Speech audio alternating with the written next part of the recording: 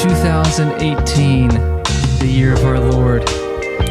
And frankly, it was a hot summer day. I rise up in the morning, I head to the airport. I believe it was my father, myself, and perhaps my mother. But at the very least, it was my father and myself. We board a plane headed to the great New York City. And in New York City, I had just graduated high school, and I went on a trip here. We did just about everything imaginable in New York City. I believe we averaged 14 miles on foot every day, which would be circa 25,000 steps. Pretty powerful stuff. And there were quite the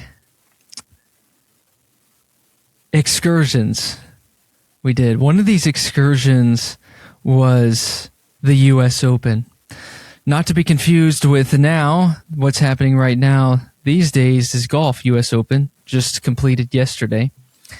No, this was U.S. Open tennis, the Billie Jean King Memorial Stadium, where many have gone to win. I believe Tiafoe made it to the finals just a few years ago. And Andy Murray, if he's American, I believe he's the last American to win it. And so one of the cool things, we went in this tour, full-on tour of the U.S. Open Stadium. We went to the locker rooms. We saw Serena Williams' locker room, Venus Williams' locker. And if you win these tournaments, you have an engraved locker for the rest of your lifetime. And I don't think you get multiple lockers. So say Roger Federer won 16 of these U.S. Opens. He doesn't have 16 lockers, but he certainly has a prominent position, locker position. Well, part of that, I played tennis in high school. And so one of the gifts of my graduation, along with this magnificent trip, was a private lesson at the U.S. Open facility. What an experience that was. I believe the young lady's name was Skye, S-K-Y-E, or her name started with an A. It's one of those two. I'm not totally certain and can't remember. But I do remember getting absolutely smacked by her in a one-on-one. She was absolutely phenomenal at tennis, and I, frankly, was not. I was not, and I can only imagine my father looking on to a scene of straight murder, not blood, but tennis. I was in khaki shorts, of course, and cotton, 100% cotton tee, and those things were different colors by the time I was finished. And I can't, if I was the lady that was teaching me, I would have been laughing about, who is this kid? And why is he a dweeb and a cornball? And so she absolutely took advantage of me on the court, but it is one of my fond memories because looking to my right, who witnessed me getting obliterated by this young lady? There's three key witnesses. Four, excuse me. One is myself. I witnessed it and experienced it. Two is the young lady teaching me. Three is my father. And four is Billie Jean King herself. And so she had an event in the practice facility at the same time I had my lesson. And this was the indoor facility. And so it was absolutely incredible. I'm sure Billie, she looks back on that time, 2018 of June, and is like, I remember that day. And I remember this young man wearing khakis and a leather belt getting smoked on my tennis court. I'm sure she was proud of that. But all of which to say, that trip is a graduation trip to New York City. We did, I can't even remember everything we did. I have to look back at photos. I was given a secret envelope every single morning telling me what I'd be doing that day. And it was all orchestrated by my father. And I say all of that because Today is Father's Day, and Brett and I, we have phenomenal fathers. And my father is top class. He's the best father I've experienced in my life. He's generous with his words. He's generous with his actions. And the guy knows how to experience things. And what I mean by this is he values and puts such value on experiencing life with his bride and with his children and with his family. I haven't reached this point of maturity in my life yet, but it's something I admire about my dad and love about him. And so that was one of the best trips I've been on. And it was an honor to be on that trip with my father. And so to all the fathers out there, whether you are a biological father, a father figure, an adoptive father, from Brett and I and Rodrigo, we love you deeply and generously. And so we quite literally couldn't do what we do without you. So I praise God for that. That's a great word. It really is. I have a question about this this lesson. Was this a lesson, or was this like, hey, there's someone who works at the facility and you pay her and you get to play in the facility? Because it was, from what it sounds like, is you just pay and she's like, all right, let's just run one-on-one and I'll just smoke you the whole time. Was there actually some fundamentals involved? Because I'm thinking about a golf lesson here, right? Golf lesson, you're going to be out at the range. You're going to be hitting a lot of balls, working on your move, rather than, hey, let's tee it up, $200 a hole, pipsqueak, and then this guy's just demolishing you. That's a great question. No, it wasn't a sandbag situation. So it's a 60-minute lesson. 45 of those minutes we're working on fundamentals. Forehands, backhands, placement shots. Go to the corner, you have more room. Over to the side, how do you volley? How do you approach? How do you set up your next shot? I think a lot of the times, golf is like this too. But in tennis, you're moving so quick that if you don't remember that the point you're playing is not about the shot you currently are at. It's about moving your opponent around so that you can set up a finisher, which is just a winner, a shot that'll help you win the point. And in doing so, you're actually exhausting your team, your opponent. And so that's the majority of the lesson. But at the end, the last 15 minutes, she just asked, hey, would you like to play a match? And I was like, absolutely, I'd love to. How many people can say that they played a match at the U.S. Open courts? Frankly, I'm afraid it's a small percentage, and I am blessed and thankful. And quite frankly, I don't feel equipped nor deserving of the opportunity, but it was received with open arms. That's awesome. I'm glad to hear that she, didn't just throw down the gauntlet and say, hey, let's go. At least seemingly she was earning some of that money from the lesson. So were there any shows on this New York trip? We went to the School of Rock, which most people would know Jack Black being a huge part of that. This was the School of Rock musical, not the movie. And it was fantastic. And before that, we went to Ellen's Stardust Diner. If you're familiar with New York City, Ellen's Stardust Diner is, well, it's a diner. And in the diner, you are given performances by Broadway desiring actors and musicians. And so your waiters and waitresses, or servers, I believe that's the politically correct term these days, are actually those who are trying to make it on Broadway. It really brings the whole dinner and a show definition to light. And that's exactly what it is. So it's all-time experience, great tourist spot. If you're looking, listener, to go to New York City soon, I'd highly recommend. Dang, let's go. Perhaps one day you can be a server there if this whole gig in Gainesville doesn't check out for you. Yeah, it'd be my honor. It'd be my honor. Even if a guest opportunity came about, maybe we could record a podcast at the Ellen Stardust Diner together, live. That would be special. That'd be pretty electric for sure. For sure. If anyone knows Ellen or Stardust, would you hit them up for us? It's like a law firm. Those are the two partners, yes. Ellen and Stardust. Attorney at law. Anything exciting happened for you this week? I know towards the end of the week, me and you had a lot of crossover there. But anything exciting?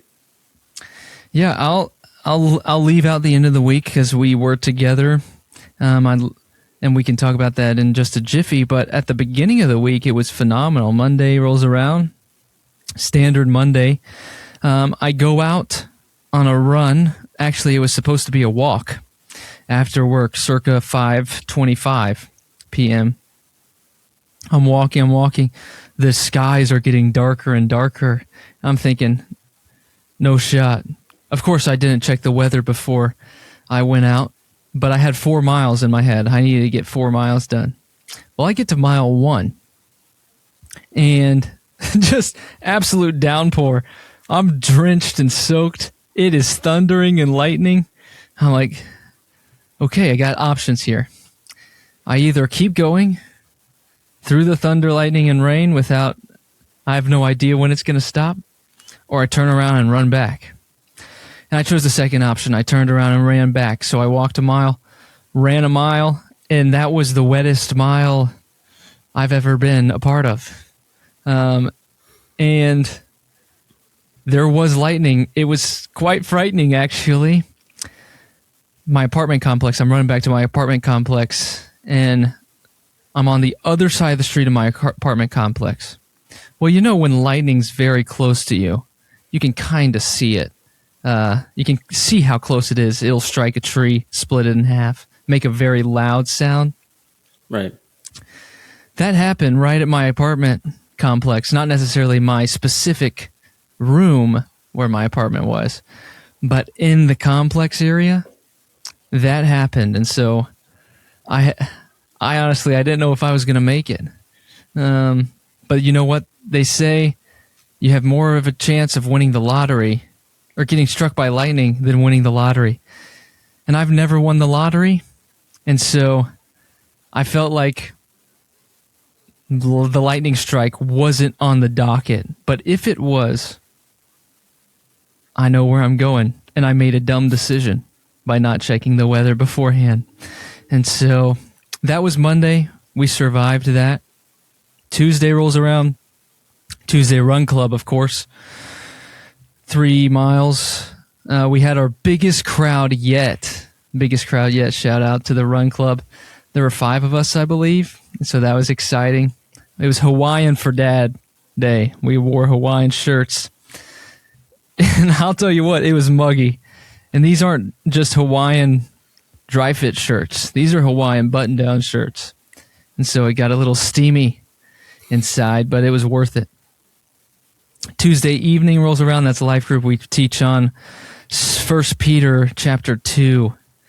Just 3 verses. It was powerful, talking about the hope we have in Christ, our identity as daughters and sons, in that we earn our identity through faith in Jesus, not through what we accomplish in his name. I think it's easy to get that backwards because we desire to accomplish things and feel like we earn something. I believe that is what our life mostly consists of. I work hard, I make money. I do this, I receive that. Gospel has it backwards. And that's for our listeners, I'm being sarcastic. The human actually has it backwards. But the gospel says, because of what Jesus did, we receive that. And because we receive what Jesus did, our response is to do things in his name for his glory. And so that was a great time together. Then right after life group, same night, Tuesday, 9 p.m., Summer League basketball. game. We got absolutely cooked on the floor, but it's always fun. The goal is to have a little fun. If we win, we win. If we don't, we can't hedge our bets on this side of eternity on a summer league basketball game. Wednesday, I participate with my boy Kenny Hunt, Kendrick for long, in the Blitz, Turkey Creek Blitz Scramble, 9-hole scramble. And that was, I won't say it's a once-in-a-lifetime experience, but for me, it is the first in my lifetime experience. 9-hole Blitz Scramble at the Turkey Creek Golf Course. So there's 8 of us on the course. And there's just unspeakable things that are happening out there with 8 people in carts. But it was an all-timer. It was a lot of fun. We didn't end up winning the scramble, but Kenny for short, made an eagle putt on our last hole. And that was like winning the Super Bowl because we missed every single putt outside of 5 feet, I'm pretty sure. So that was a great way to end it, and I think that's indicative of golf. It's what keeps bringing you back and returning you to the motherland to enjoy the nature of our good Lord, crafted by the hands and machines of humans. So that's something that was honorable. And then Thursday, basketball in the morning, 5:30 a.m. runs, glorious time together. Then I get on my way in the late afternoon to head towards Sarasota, and that's where I'll leave off as you begin to share, Brett, unless you have follow-up questions on what you did this week. I'm curious. I do have one follow-up question. On this scramble, is it you're scrambling amongst 8 people on each hole, or is it 2 teams of 4? Yes, great question. So the demand of this scramble is quite large. So it's actually 2 teams of 4 on every hole. Oh, wow. And so they have so many teams that have signed up that they have to send them out. Otherwise, you'll be out there till dark. Like it took us 3 hours to do it all. So to play 9? To play 9. Oof. 5:15-ish, or no, 5:20 to 8:10 or something. Wow. Yeah. But it was fun. We got our money's worth, I think. It sounds like it. Oh, no, that sounds fun. My week was really very, I feel like my Monday through Fridays are just very repetitious. Monday, Tuesday, Wednesday were essentially all the exact same. Thursday, Molly had a Bible study group. She hosted that here at our place. And you actually came down Thursday night. And so I'm thinking to myself, what can we do? All these ladies are going to be in my house. The kids are asleep. So, there's really no place for us. We could hang out in the garage, I guess. So what I do is I get on the telephone and I text Andy, my buddy Andy. And he's a big soccer guy, right? Football, being of South American heritage. He descends from the Aztec, and I think they created soccer. So it kind of runs in his veins. But I text him, I said, hey, man, I know it's kind of an exciting time for you with the World Cup here. Beau is in town.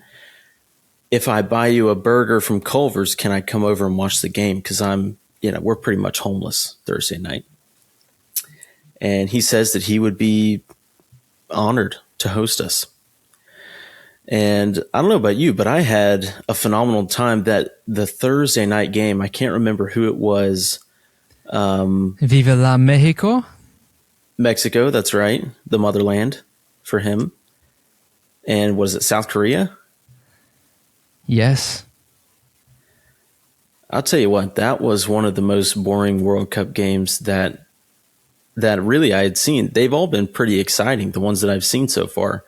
A lot of offense, a lot of aggression. I'm not a big soccer guy, but I've watched a couple of the matches this year. They've been pretty entertaining. But that one in particular was pretty rough. But overall, just getting to hang with the guys with you two was an absolute blast.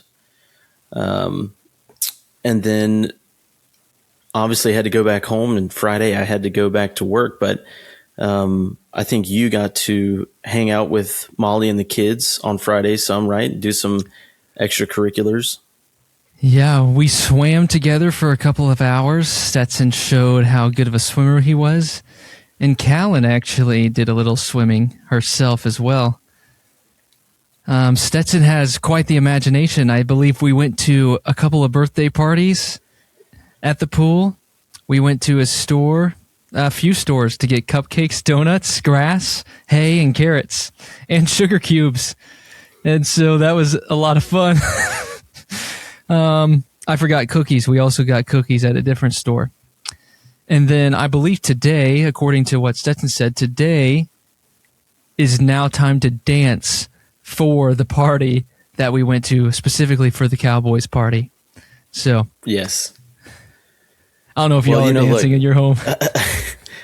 I think the dance party is after his nap, which he's currently taking right now. But that's one thing you got to appreciate about him. If you're going to a Cowboys party, he's gonna get some provisions for the horses as well. You know, you got some carrots, you got some maybe apples. You said definitely some sugar cubes. I always tell him how much horses love sugar cubes. Never seen a horse eat a sugar cube, but from what I hear, they love it. So, but yeah, he's got a phenomenal imagination, and that's a cowboy like birthday father, party. like son. That's right. And then Saturday morning, we get up. I don't know what time does your alarm go off Saturday morning? 5:55 a.m. I'm a little bit of a diva, so I set mine for 5:40. 5:40, I wake up. I have to sit on the toilet and read emails and the news and stuff like that on my phone for at least 20 minutes in the morning. That's how I wake up. So I do that. I come downstairs. Do you have any cooking magazines on your toilet? I need to just get some magazines is what I need to do. Because I don't think the blue light is good first thing in the morning for my eyes. So maybe some magazines might be a better way to do that. But we get up. We've got a 7:16 tea time at Greenfield Plantation. In Greenfield, they call it a links course. I guess it's really the closest to links you can get in Florida, right? I mean, there's some holes that are wooded, but for the most part, it's pretty open. There's just a lot of water, which is not, I don't think that's typical for a links style course. You know what I'm saying? Yes. But we get there, we meet Todd, we meet Jacob. Jacob brings some Chick-fil-A. Todd brings some energy drinks. He almost got kicked off the course whenever we first pulled up. A lot of courses have gone from no outside coolers whatsoever to, hey, you can bring a cooler as long as it doesn't have alcohol. So we pull up. I mean, 7:15 tea time. I think we got there. We left the house at 6:15. We get there at 6:30, 6:35. And Todd's loading up the golf cart, and the dude at the bag drop's like, hey, man, I'm going to need to look in that cooler. It's just a little handheld cooler. And he opens it up, and Todd was like, yeah, it's just energy drinks, nothing crazy. And the guy goes, you can't fool me. This is alcohol. And we all just kind of looked at each other like, this is very awkward. So he picks it up, shows him the can that says like Kirkland energy drinks. Cause I guess the Kirkland, the hard seltzers and the energy drinks, the cans look very similar. It's an honest mistake, I'm sure. The dude just didn't read what was on the can itself. So we had a good laugh about that, poked some fun at the guy. what kind of degenerates do you think we are? You think we're taking hard seltzers out there at a dang 7:15 tee time? I'm sure he's had people do it before. But we got out there, we paid. I go up, like I said, we're 45 minutes early. I'd like to hit some putts, see how everything's rolling. Obviously, it's going to be slow first thing in the morning. I drain 2 putts from about 4 feet out, and I hear somebody calling, maybe Todd. He says, "Hey, if we're ready, they're going to let us go off as the second group to go." I guess we had a group or 2 in front of us, and they didn't have everybody in their party. And we had all 4 of us. So they said, "Look, jump the line, go ahead and go." And I was happy to oblige. So I don't know about you, but I love starting as early as humanly possible. And I think, other than being the very first group to go, I think we were right there as about as early as you can get. Yes, we were the second group. I don't know if I also like to be the earliest possible, not because of the time of the day, but because of the conditions. I'm not a huge fan of how wet everything is. I like the greens to roll true. The wetness slows everything down, and it makes some things hard to read. But those are just a couple of downsides to a lot of major upsides, like finishing 18 holes at 10:41 a.m. Yeah, I agree with you. I mean, I think they go out and either roll the greens or blow them, right? So there's not a ton of dew sitting on them, but regardless, like you said, I mean, it's very dense. The air is thick. Everything's wet. But yeah, I mean, that's not even really a downside for me, at least, because even a downhill putt, you got to hit it hard like it's an uphill putt. So you really don't have to worry about it, really running out too far. You can just attack it, which I like that. So, but yeah, I would say that I don't know how you would rank your play for the day, but I thought that I played one of the better. I tied my personal record. I shot an 89. I was a little frustrated because you fooled me on the 18th hole. I hit a bad tee shot. You said, "Hey, you can easily hit it over that tree." And it was a group of trees. Some might call it a forest or a thicket.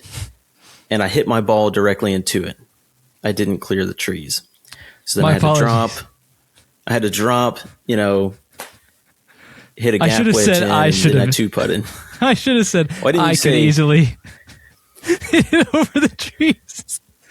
What you should have said is, "Hey, man, you're about to have the best round of your life. You're about to break your personal record. Maybe punch out here, be a little more conservative with it." Instead, you looked at my ball. It was in a divot. And you said, yeah, you can definitely get it over those trees with a 5-iron. I couldn't do it. I just couldn't do it. So disappointing, but also very exciting. And I think you shot an 82, which is very impressive. I did shoot an 82. I played pretty pitifully at the first 2 holes. Double bogey after. It was the putting that killed me, I'll be honest with you. I missed about 5 putts that I should have made. And so I can't just sit and bask in tears about it and bask and mourn about that, but you just get frustrated. But I think that's the mental game of golf. Golf is far more mental than it is physical. Anybody can be trained to hit a ball. Not everyone can be trained to almost approach golf with great stoicism, regulate your nervous system. And I think that's the real challenge of the game of golf. That's why I like it. But if it's any consolation, I thought you played great, and I had 100% belief in you to hit that over the thicket. Sometimes that just doesn't happen, But as I like to say, you paid for your round. You get to do whatever you wanted to. So props to you for remaining consistent with your scoring, not just dropping another one and not counting the strokes. Golf is a game against yourself more than it is a game against others. Though we did play a game against others, but it's more fun to beat yourself, I find. Yeah, for sure. And I think I hit it into the water 2 times, maybe. And obviously on the 18th, I hadn't, I hit it OB into the thicket, whatever you want to call it. But I think in my mind, I was just telling myself, all right, just hit the safe shot. You know what I mean? If the green's, tucked behind some water, maybe we club down a little bit, hit it over to the right, and now we've got an easy chip onto the green. Instead of trying to go straight for the pin, I'm not a scratch golfer. I'm not going to be able to just land it on the green like that. So I think there's a little bit of self-reflection you have to do. And I was pleased with myself because a lot of times I like to be aggressive because it's a gamble. You know what I mean? If I hit this, it's going to be so cool. But 99% of the time I dunk it in the water, I sling my club into the water, and then I'm taking off my shoes. I got to go get it. It's a whole deal. Nobody likes to do that. So it was a great time. I did not have to, dive into a pond for my clubs or anything like that. So, but yeah, and like you said, we got done by like 10:30, which was elite. That was the best part about it. I wish we could have started at 5:30 in the morning. But then again, it's just too wet. It's just too wet.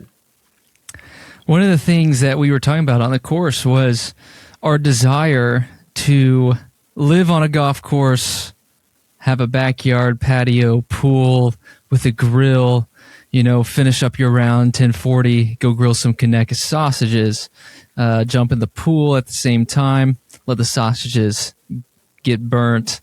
I like my sausage dark and burnt, crunchy, with great juice, great amount of juice on the inside. I'm getting hungry just thinking about it. Shout out Kaneka. But if any of you listeners have a home on a golf course, preferably screened in porch, of course, and pool, 80-inch television, though I'd be willing to purchase the 80-inch television if you're willing to donate the house. And if you'd like to give that to us for our podcast purposes, but also to live in, specifically me, Brett has a house, he doesn't need a new one, then hit Rodrigo up in the chat. We'd love to discuss more. We can obviously, if you own a business or want to create your own business, we can sponsor you depending upon what that business is about. We have a great discretionary fund at Quite Frankly. And so that's all we can say about it because, quite frankly, it is discretionary. It is. It's incredibly discretionary. But to your point, I think when it starts heating up, I think we were on maybe hole 12 or 13. The temp was starting to get, it felt like it was 120 out there. You get all, the front 9 is just humid and wet.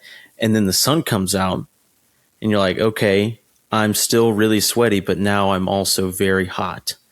And so your mind just starts to travel, between shots, your mind's just thinking, oh man, just imagine if this was like a nice fall morning, jump in a pool afterwards, like you said, grill some dogs, grill some Kaneka, watch some football. So these are the things that go through our mind in the state of Florida during the summer.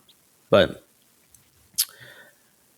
if someone's willing to donate their house, we could potentially, flip Quite Frankly LLC, perhaps turn it into some sort of nonprofit. That way there's some tax advantages if someone does want to donate. I think that'd probably be the wisest thing to do. But yeah, that's the best way to go about it. And then after golf, I can't even recall what we did. We came back here to the house and hung out for a bit. I took a shower, a cold shower, which was just absolutely gorgeous. Yeah, it was a great day. And I've been stuck on not an image in my head, but a thought in my head. I'm curious what your what you think about this. But as you're talking about when you wake up, you scroll on the toilet, etc.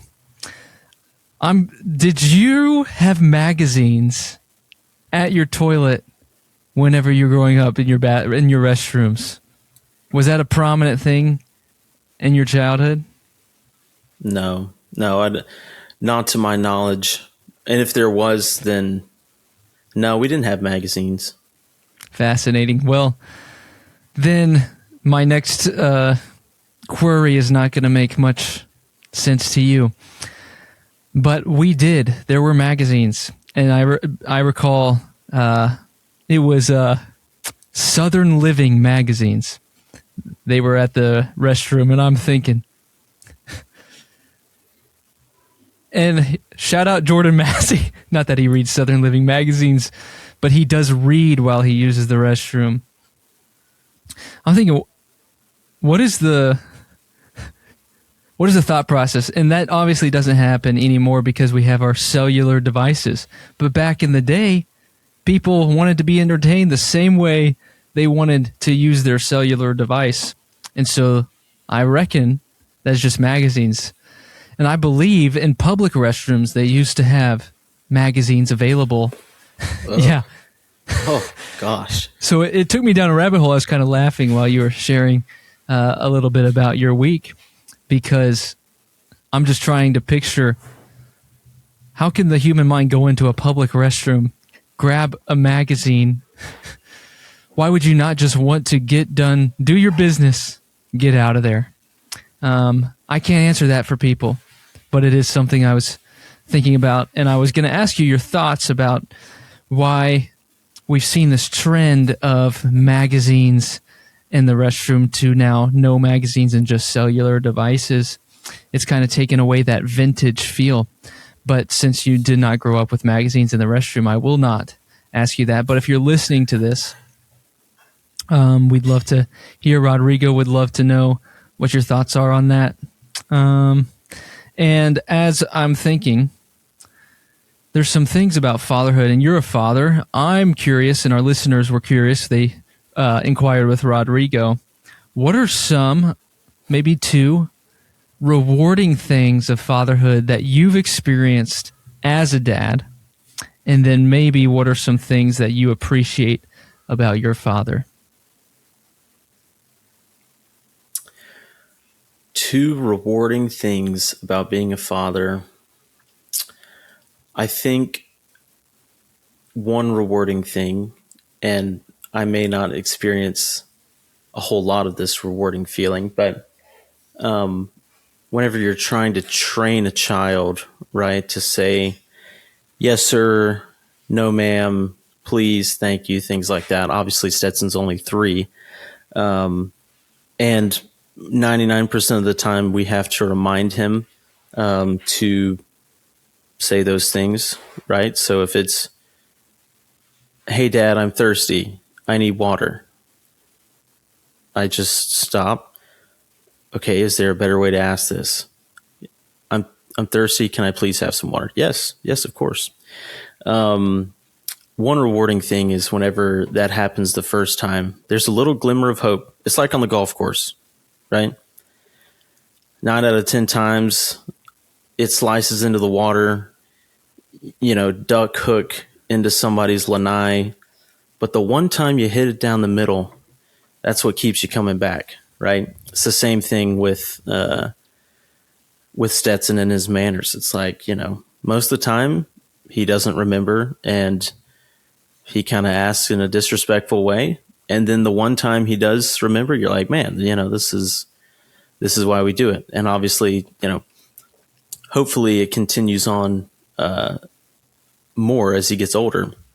But that's one of the rewarding things, is just to hear that it, some of the training and discipline is starting to stick.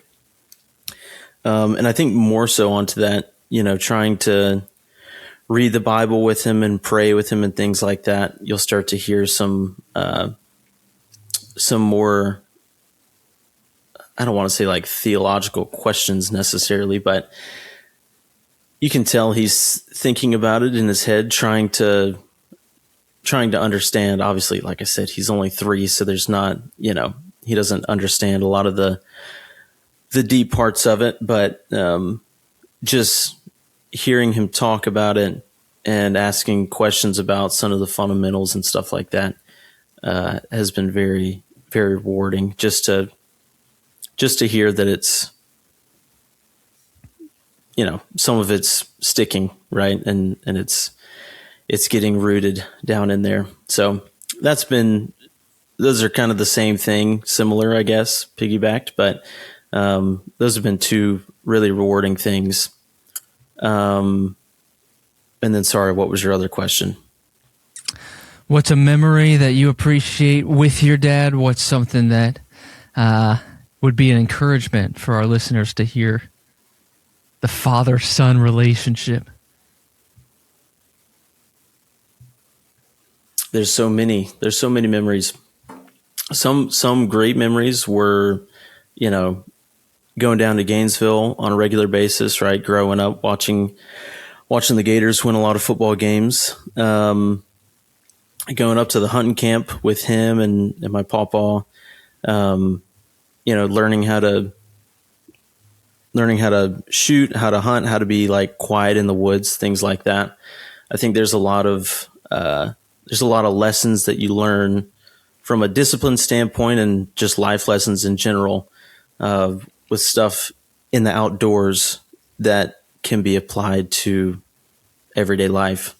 And I feel like he was very good at teaching us those things, but also relating like, hey, in the same way that, this is how you, treat a gun. This is how you, I don't know this.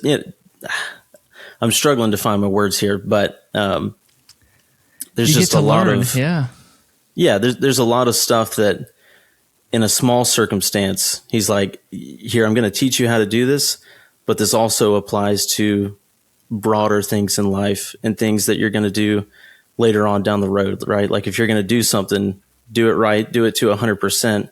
And that's not just with playing a sport or, sighting in a rifle or something like that. Like it applies to how you, do in school. It applies to how you work and how you raise a family and everything else. So, you I had feel to like get I'm just your rambling. rifle. Well, you had to get your rifle sights correct to kill your turtles in your younger years. So That's right. that's a great feat. Here's some interesting statistics about fathers. Interesting. And parenting and home life. All right. First time ever, most 2-parent families have both mom and dad working full-time. 52% in 2025. That is the majority, statistically. Interesting how times change. So you'd look at back in the day, fathers and dads weren't necessarily home as much. They were working a lot. They were kind of seen and acted. I'm talking about specifically American culture and history, not necessarily what the Christian and Christ-like example is, but they acted as if their main role is provider financially. And so this is an interesting statistic. Fathers now spend nearly 8 hours per week directly caring for children at home, which is triple what fathers spent in 1965. That's an interesting statistic. And so the amount of time dads spend on domestic responsibilities has increased roughly 200%. Here's another interesting thing. Children with actively involved fathers, 43% more likely to earn A's in school, 33% less likely to repeat a grade.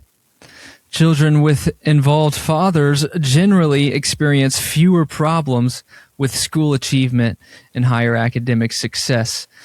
They have better mental health, higher self-esteem, stronger emotional development, less likely to experience disruptive behavioral issues and depression. involved fathers lead to greater confidence, sociability, and self-control. Preventing risky behaviors such as smoking, cigarettes, delinquency, and other things. I thought these statistics are fascinating about how important an involved father is, and that is a different story than a father that's just sitting there. You can be there, but this is talking about involved fathers like a Brett Walters, like a Chris Walters, like a Kenneth Martin. These are people who are taking the role of leadership and moving them toward Jesus. And so we're thankful for our fathers. It makes us the men we are, and quite frankly, boys, sometimes we are today. And so there's a distinction between dad was there and dad was engaged. Let us be engaged dads. Now, I'm not a dad personally, but I've got a lot of love for a lot of dads in the world. And, again, I think I said it at the beginning, but we can't do what we do without our fathers. And our fathers might be listening to this podcast and thinking, we really need you to not do this. You're bringing shame to our name. I don't actually think they're thinking that. I'm just being funny. And my last thing about our family names, there's the world we live in, which is the world we are stepping on. There's a tendency to think I must make a great name for my last name, but then we fail to remember that our main goal is to make a great name for our Heavenly Father, Christ Jesus.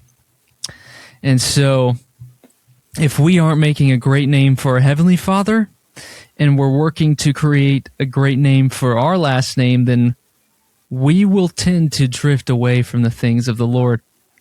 However, I've never met someone that says, that guy lives for the Lord, but he has embarrassed his family name.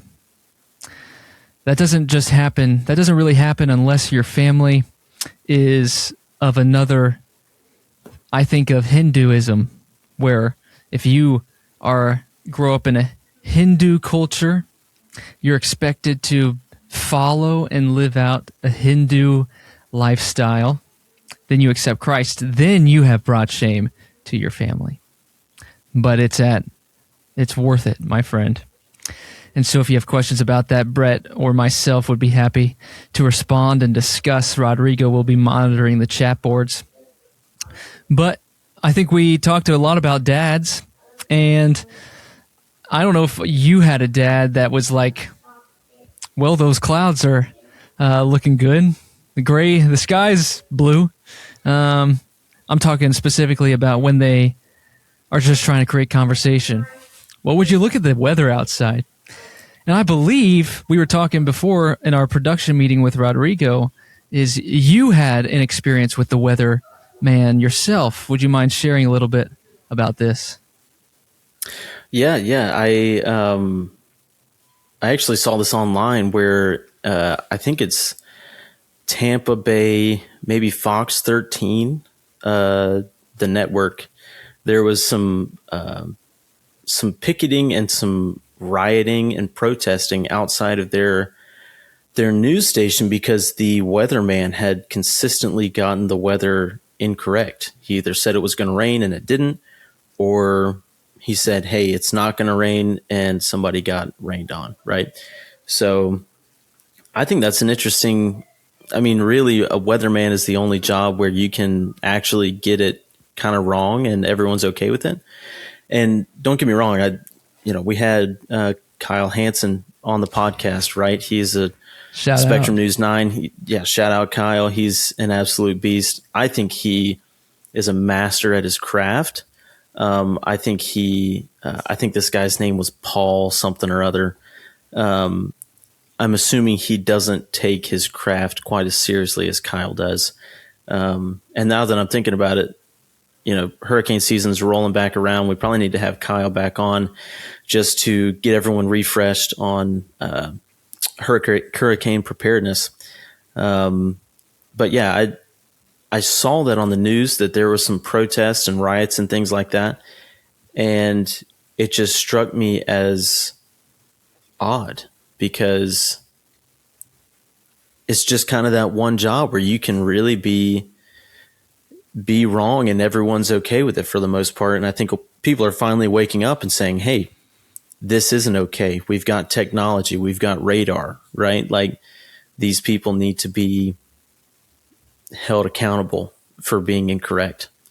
So I know Kyle, like I said, he's a master of his craft. I don't think he's ever been wrong. He would probably tell you differently because he's a humble man, but from what I've heard, he's never been incorrect. But I think this Paul guy, I think it's kind of amateur hour, and I think people are upset about it. Yeah, and I don't want our listeners to think we're experts. We're not experts. We don't even have the questions to ask sometimes, and we certainly don't have the answers. But we do know that if it's 100% chance of rain, we know that means there's a 100% chance that it will. There is a percentage chance that it will rain in 100% of the surface area that it is chance to rain in. And that's a Kyle Hansen. We learned that from Kyle Hansen. So if you're a new listener, go ahead and give that a look. To close out our time together, I asked ChatGPT to create some dad jokes for us for the Quite Frankly podcast. And frankly, Chat did a pretty poor job, but the Chat is trained to roast us. So we at least have that going for us. And so I just said, give me some what do you call dad jokes. That says, I'm just going to read a couple. What do you call a podcast that starts with one topic and ends somewhere completely different? The Quite Frankly podcast. What do you call two guys talking about life, faith, golf, family, and things that make no sense? An episode outline. What do you call a perfectly organized Quite Frankly episode? Fiction. What do you call a podcast with no niche? Quite Frankly. What do you call a 45-minute conversation that could have been a text? Premium content. What do you call a podcast host who stays on topic? A guest. What do you call a golf story that only takes 30 seconds to tell? Not the Quite Frankly podcast. What do you call a podcast where everyone agrees? The episode that never aired. I don't necessarily agree with that one, but maybe that's the point. And finally, what do you call three grown men laughing at their own jokes? A production meeting. Shout out, Rodrigo. We couldn't do it without you.